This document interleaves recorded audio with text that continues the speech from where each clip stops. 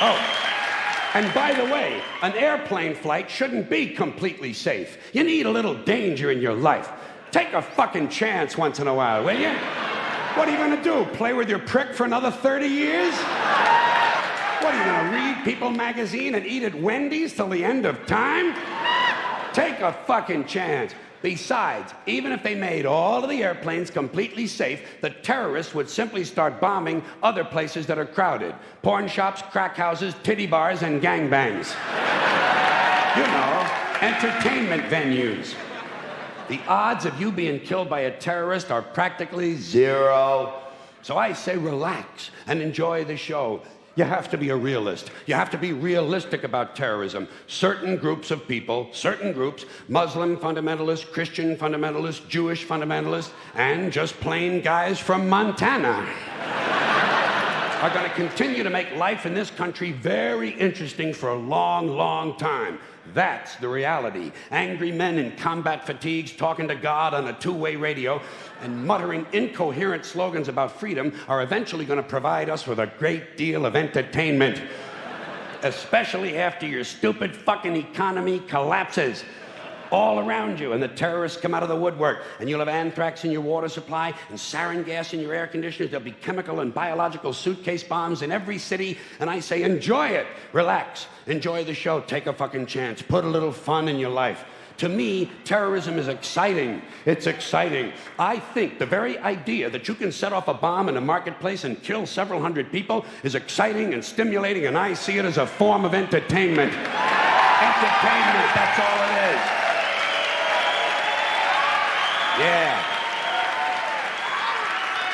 But I also know that most Americans are soft and frightened and unimaginative, and they don't realize there's such a thing as dangerous fun. And they certainly don't recognize a good show when they see one. I have always been willing to put myself at great personal risk for the sake of entertainment. And I've always been willing to put you at great personal risk for the same reason. As far as I'm concerned, all of this airport security, all the searches, the screenings, the cameras, the questions, it's just one more way of reducing your liberty and reminding you that they can fuck with you anytime they want. As long as you put up with it. As long as you put up with it.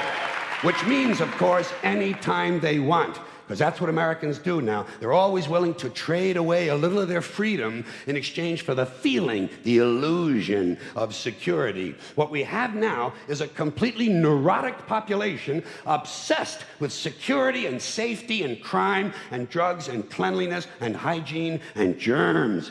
There's another thing, germs. Where did this sudden fear of germs come from?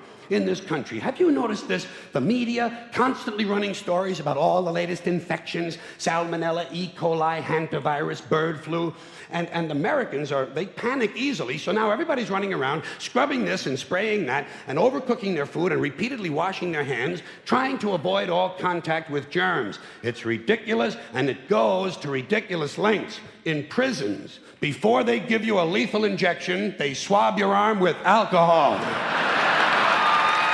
It's true. It's true. It's true. Well, they don't want you to get an infection. And you can see their point. Wouldn't want some guy to go to hell and be sick. It would take a lot of the sportsmanship out of the whole execution. Fear of germs. Why, these fucking pussies. You can't even get a decent hamburger anymore. They cook the shit out of everything now because everybody's afraid of food poisoning.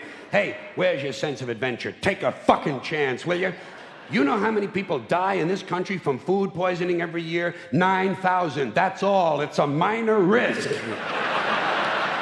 Take a fucking chance, bunch of goddamn pussies. Besides, what do you think you have an immune system for? It's for killing germs. But it needs practice. It needs germs to practice on. So listen. If you kill all the germs around you and live a completely sterile life, then when germs do come along, you're not going to be prepared. And never mind ordinary germs, what are you going to do when some super virus comes along that turns your vital organs into liquid shit? I'll tell you what you're gonna do. You're gonna get sick, you're gonna die, and you're gonna deserve it because you're fucking weak and you got a fucking weak immune system. Now,